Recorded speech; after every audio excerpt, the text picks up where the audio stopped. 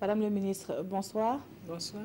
Alors, une session extraordinaire qui se tient à l'Assemblée nationale et puis à l'initiative du gouvernement, ce Conseil des ministres extraordinaire, dites-nous, qu'est-ce qui fait courir le gouvernement?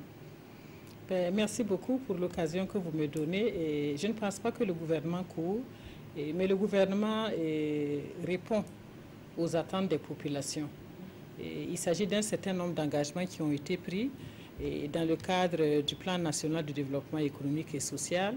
Et chemin faisant, nous faisons régulièrement le bilan.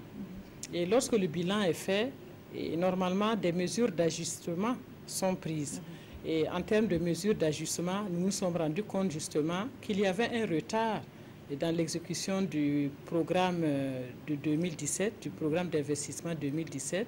Et c'est pour cela que nous avons pris un certain nombre de mesures correctrices. Alors, le gouvernement qui entend recourir à la procédure directe, aussi bien pour les contrats, les passations de contrats PPP que pour la passation des marchés publics, et cela pour une période de 6 mois. Qu'est-ce qui justifie donc de plus en profondeur ces procédures exceptionnelles? Mais nous avons fait le point. À la fin mai, on était à moins de 25% d'exécution du programme d'investissement public. Voilà, en tant que gouvernement, il fallait donc prendre une décision. Et quels sont les domaines clés qui sont peut-être concernés? C'est pour ça que j'allais en venir. Et c'est pour cela qu'on s'est dit, il y a des projets qui vont s'exécuter selon la procédure normale. Là, il n'y a pas de problème. Mais il y a des domaines importants pour lesquels, si nous laissons les actions en souffrance, la population va le sentir. Et donc, les secteurs qui ont été retenus, c'est l'éducation, c'est le secteur de l'enseignement supérieur, vous voyez les universités. Nous avons le secteur de la santé, les centres médicaux qu'il faut doter d'équipements, etc. Cela ne veut pas attendre. Vous avez vu les scanners qui manquent par-ci et par-là, ça c'est très important. Le secteur de l'énergie, le secteur des infrastructures routières, l'agriculture et l'élevage, le secteur de l'eau, c'est très important, et puis le secteur de l'humanitaire. Je suivais le journal tout à l'heure, et lorsque les populations, par exemple, font faire face à des inondations, est-ce que le gouvernement doit s'asseoir et prendre enclencher des procédures qui vont prendre 2, 3 et 4 mois? C'est ça la question.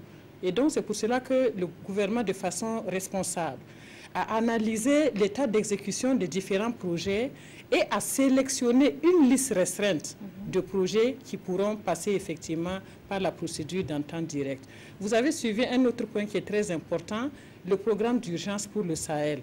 Avec toute la menace que nous avons dans cette zone, je pense qu'un gouvernement responsable ne va pas dire nous allons attendre que les projets se déroulent normalement jusqu'en décembre alors que les populations sont sous stress et sont sous la menace terroriste. Donc c'est pour cela que les infrastructures dans la région du Sahel, y compris l'appui aux forces de défense et de sécurité, nous avons pensé que c'était quelque chose d'important et le gouvernement, en toute responsabilité, a décidé effectivement d'utiliser cette procédure-là, bien sûr, sous un certain nombre de conditions. Et justement, on va en venir, qui dit entente directe dit forcément collusion et dissipation des fonds publics. En tout cas, c'est ainsi que le gré à gré est perçu par le commun des Burkinabés. Quelles sont alors, vous avez dans l'élément, dans le reportage qui est passé tantôt, soulevé quelques balises, mais quelles sont les balises qui sont posées, qui sont mises donc pour que l'on ne se retrouve pas dans des cas de corruption? Bon, d'abord, je vous ai dit qu'il y a un certain nombre de secteurs, dont un certain nombre de secteurs ont été choisis. Il y a aussi un certain nombre de projets à l'intérieur des secteurs. Dans les mêmes secteurs, vous allez voir que les projets s'exécutent normalement par la procédure normale. Donc, un certain nombre de projets ont été retenus. Il y a le fait qu'on est obligé d'avoir des références de prix. Lorsque vous savez, par exemple, qu'un kilomètre de route coûte tel montant donné, vous avez déjà ça au niveau de votre référentiel de prix, on est obligé de se référer à cela.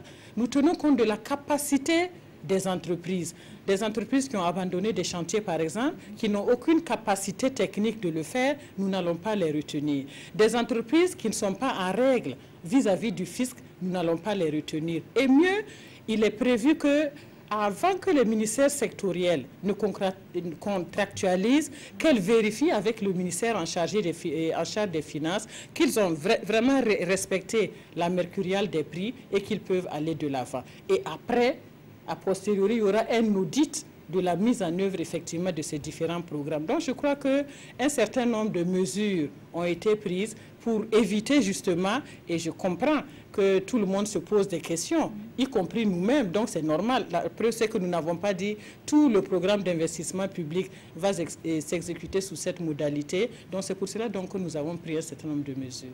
Merci à vous, Madame le ministre, d'avoir été sur ce plateau justement